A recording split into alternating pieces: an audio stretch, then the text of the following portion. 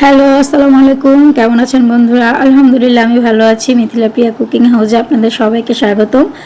আজকে নিয়ে এসেছি আপনাদের মাঝে পোয়া মাছ রেসিপি। আজকে পোয়া মাছ কীভাবে ভুনা করতে হয় সেটা আপনাদের মাঝে শেয়ার করব এবং আমি কিভাবে করি সেটা আপনারা দেখবেন। খুবই অল্প সময়ে আমি কিভাবে পোয়া মাছ মজাদার করে রান্না করতে পারি, তো সেটাই আমি আজকে আপনাদের মাঝে শেয়ার করব। তো প্রথমে বলে রাখি, আমি ইউটিউবে নতুন, আপনারা সবাই আমাকে প্লিজ সাপোর্ট করবেন। আপনারা সাপোর্ট করলে আমার কোনো ভিডিও নতুন করে বানানোর আগ্রহ বাড়বে। প্লিজ আমাকে সাপোর্ট করে আপনারা কমেন্ট করে জানিয়ে দেবেন। আমার কোনো ভুল ত্রুটি হলে আমাকে ক্ষমার দৃষ্টিতে দেখবেন। তো প্রথমে আমি মাছগুলো সুন্দর করে কেটে নিচ্ছি। আমি যদিও মাছ ভালোভাবে কাটতে পারি না, কিন্তু আজকে ভিডিওতে দেখানোর জন্য আপনাদের আমি মাছ কেটেছি। এমনিতে আমি বাজার থেকেই মাছ কেটে আনি, কারণ আমি মাছ কাটতে পারি না। মাছ কাটতে গেলে আমার হাত কেটে যায়। তবু আজকে ভিডিও দেখানোর ক্ষেত্রে আমি আজকে মাছগুলো সুন্দর করে কুটে নেব এবং আপনাদের সেইটাই শেয়ার করছি আমি কিভাবে মাছ কুটছি।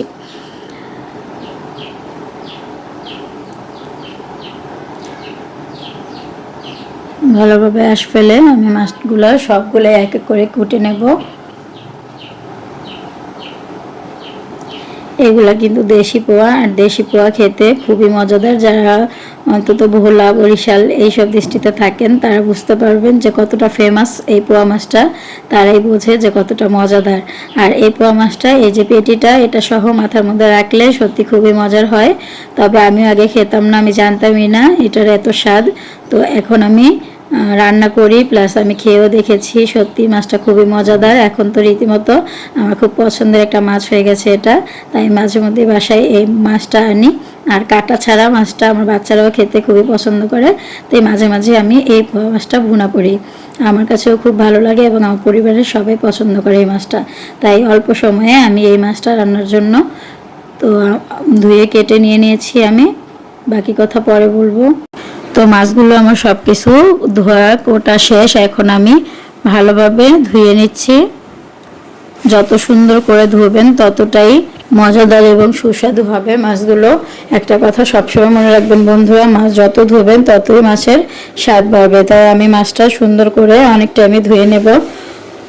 হয়তো আমি ভিডিওতে অনেক কম দেখাচ্ছি, কারণ ভিডিওটা অনেক বড় হয়ে যাবে, তাই আমি অল্প টাইমেই দেখালাম। এখন লবণ দিয়ে মাছটা ভালোভাবে ধুয়ে নিচ্ছি।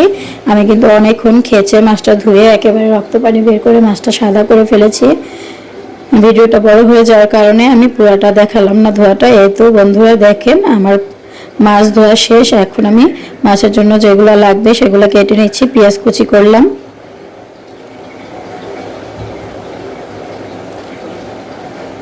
যা যা উপকরণ লাগবে আমি আগেই সব কিছু রেডি করে তারপর রান্না বসাবো। এখন ধনিয়া পাতা কুচি করলাম। আগে থেকে সবগুলো মশলা উপাদান যদি রেডি করা থাকে তাহলে রান্নায় কোনো ঝামেলা হয় না, তাই আমি সবগুলো উপাদান আগে থেকে রেডি করে রাখি। পেঁয়াজ কুচি করে এখন আমি ধনিয়া পাতা কুচি করে নিলাম। এখন আর কিছু কাঁচামরিচ কুচি করে নেব। আর আমি যেহেতু পোয়া মাছ ভুনা করবো, আমার তেমন কোনো আইটেম দরকার নেই। আর লাগবে একটু আদা রসুন বাটা, জিরা বাটা। তো এটা আমি আগে থেকেই ব্লেন্ড করে রেখেছিলাম, সেটা আর দেখানো হয়নি। তো এখন আমি দেখাচ্ছি কিভাবে মাছটা রান্না করব। কড়াই বসিয়ে দিলাম এখন চুলায়। কড়াইটা একটু গরম হয়ে আসলে দিয়ে দিচ্ছি সয়াবিন তেল। আপনারা চাইলে সরিষার তেল দিয়ে রান্না করতে পারেন, আমি সয়াবিন তেল দিয়ে রান্না করি। এখন দিয়ে দিচ্ছি পেঁয়াজ কুচি। পেঁয়াজ কুচিটা এখন ভালোভাবে নেড়ে চেড়ে এটাকে লালচে ভাব করব।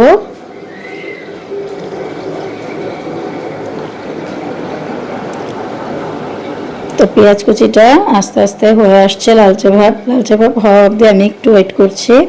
আর দেখুন বন্ধুরা, আমি যা যা রান্না করব সবই এখানে রেখেছি। তো এখন আমি দিয়ে দিচ্ছি আদা রসুন বাটা। পরিমাণ মতো আদা রসুন বাটা এবং সব মশলা যদি ঠিক মতো আপনারা দিতে পারেন, আর তখন পোয়া মাছ হবে দুর্দান্ত এবং মজাদার স্বাদের। আর যদি কোনো কিছু কম হয়ে যায় তখনই হয়ে যায় না রান্নায় কোনো একটা প্রবলেম। তাই পরিমাণ মতো সব কিছু দিতে পারলে রান্নাটা অবশ্যই টেস্ট হবে। যে খাবার দেখবেন অনেকেই খেতে চায় না, কিন্তু রান্নাটা যদি টেস্ট হয় সেই খাবারটা কিন্তু সবাই চেটেপুটে খেয়ে নেবে। তাই আমি ট্রাই করি সবসময় আমার রান্নাটা যাতে ভালো এবং রুচিসম্মত হয়। তো আদা রসুন বাটা দেওয়ার পরে এখন দিয়ে দিয়েছি আমি লবণ, হলুদের গুঁড়া। আর পোয়া মাছে বলে রাখি, হলুদের গুঁড়া, মরিচের গুঁড়া খুবই কম পরিমাণ দিতে হয়, কারণ এটা সাদা মাছ। এই মাছে যত হালকা হলুদ মরিচ দেওয়া যায় ততটাই মজা হয়। আপনারা ঝাল খাইতে চাইলে হচ্ছে কাঁচামরিচ দিয়ে দিবেন, হালকা কাঁচামরিচ দিয়ে ঝাল দিবেন, কিন্তু বেশি গাঢ় কালার হয়ে গেলে পোয়া মাছটা দেখতে অসুন্দর হয় আর তেমন একটা ভালো লাগে না, হলুদের গন্ধ আসে। তাই হালকা হলুদ মরিচ দিয়েই রান্নাটা করা বেটার। তো হলুদ মরিচ লবণ আদা রসুন বাটা জিরা বাটা সবগুলো দিয়েই আমি রান্নাটা বসিয়ে দিয়েছি। মশলাও কষিয়ে এসেছে, এখন আমি দিয়ে দিচ্ছি এক এক করে সবগুলো মাছ। তো মাছ কিন্তু বাজার থেকে আর অনেক এনেছিল, কিন্তু আমার বাচ্চারা আমি সহ সবাই মিলে আমার যতটুকু লাগবে আমি ততটুকুই রান্না করছি, কারণ খাবার অপচয় করা অবশ্যই ভালো কাজ না, শয়তানের পরিচয়। তাই আমি যতটুকু লাগে ততটুকুই রান্না করি। আমার বাসায় ফ্যামিলি মানুষ কম, তাই আমি খুব কমই রান্না করলাম। এইখানেও আমার 2 বেলার খাবার, আমি কম পরিমাণ রান্না করি, আমি খাবার ফেলানোটা পছন্দ করি না, তাই আমি যতটুকু লাগে ঠিক ততটুকুই রান্না করি। আর আমাদের মধ্যবিত্তরা তো আপনারা বোঝেনই, মধ্যবিত্ত ফ্যামিলি যতটুকু পরিমাণ সাশ্রয় করে চলা যায় ততটাই ভালো। তো এখন মাছটাও কিছুক্ষণ কষিয়ে নিয়ে দিয়ে দিচ্ছি একটু পানি দিয়ে, এখন একটু নেড়ে দিচ্ছি। খুবই অল্প সময়ে দেখুন আমার পোয়া মাছ ভুনাটা কিন্তু প্রায় হয়ে এসেছে। কত অল্প সময়ে আপনারা তো দেখছেন, কথা বলতে বলতেই আমার পোয়া মাছ রান্নাটা শেষ করে দিলাম আমি। এই তো দেখেন অল্প ঝোলই দিয়েছি, আর হালকা একটু ঝোল টানলেই আমি নামিয়ে নেব কাঁচামরিচ আর ধনিয়া পাতা দিয়ে। ধনিয়া পাতা কাঁচামরিচটা আমি আগে থেকে কেটে তো এখানে রেখেছি, আপনারা দেখছেন। তো এখন আমি কাঁচামরিচটা এটার মধ্যে অ্যাড করব। কাঁচামরিচটা চাইলে আপনারা মশলাটা কষানোর সময়ও দিতে পারেন, কিন্তু তখন দিলে ঝালের পরিমাণটা বেশি হয়ে যায়। আর এখন দিলে হালকা হালকা মানে আধ কাঁচা থাকে, তখন জাল লাগে, ইচ্ছে মতো ডলে খেতে পারে। তাই আমি এভাবেই দিয়ে নিই উপর দিয়ে, কারণ বাচ্চারা ঝাল খেতে পারে না, আমি আগের ভিডিওতে বলেছি। এই তো আমার রান্না করার ফাইনাল লুক প্রায় শেষ হয়ে এসেছে। দেখুন আমার রান্না শেষ, আমি ধনিয়া পাতাও দিয়ে দিয়েছি। এই তো আমার রান্নার ফাইনাল লুক। তো এখন আমি পরিবেশনের জন্য একটা বাটিতে বেড়ে নেব। দেখেন আপনারা কেমন হয়েছে আমার রান্নার ফাইনাল লুকটা। তো যদি আমার ভিডিও ভালো লাগে আপনারা লাইক কমেন্ট সাবস্ক্রাইব করে আমার পাশে থাকবেন। আমি ইউটিউবে নতুন, প্লিজ সবাই আমাকে সাপোর্ট করবেন। এই হচ্ছে আমার পোয়া মাছ ভুনা ফাইনাল লুক। তো কেমন লাগছে বন্ধুরা আমাকে অবশ্যই জানাবেন। ততক্ষণ আপনারা ভালো থাকবেন। আগামী কোনো ভিডিও নিয়ে আবার আসবো আপনাদের মাঝে। টাটা।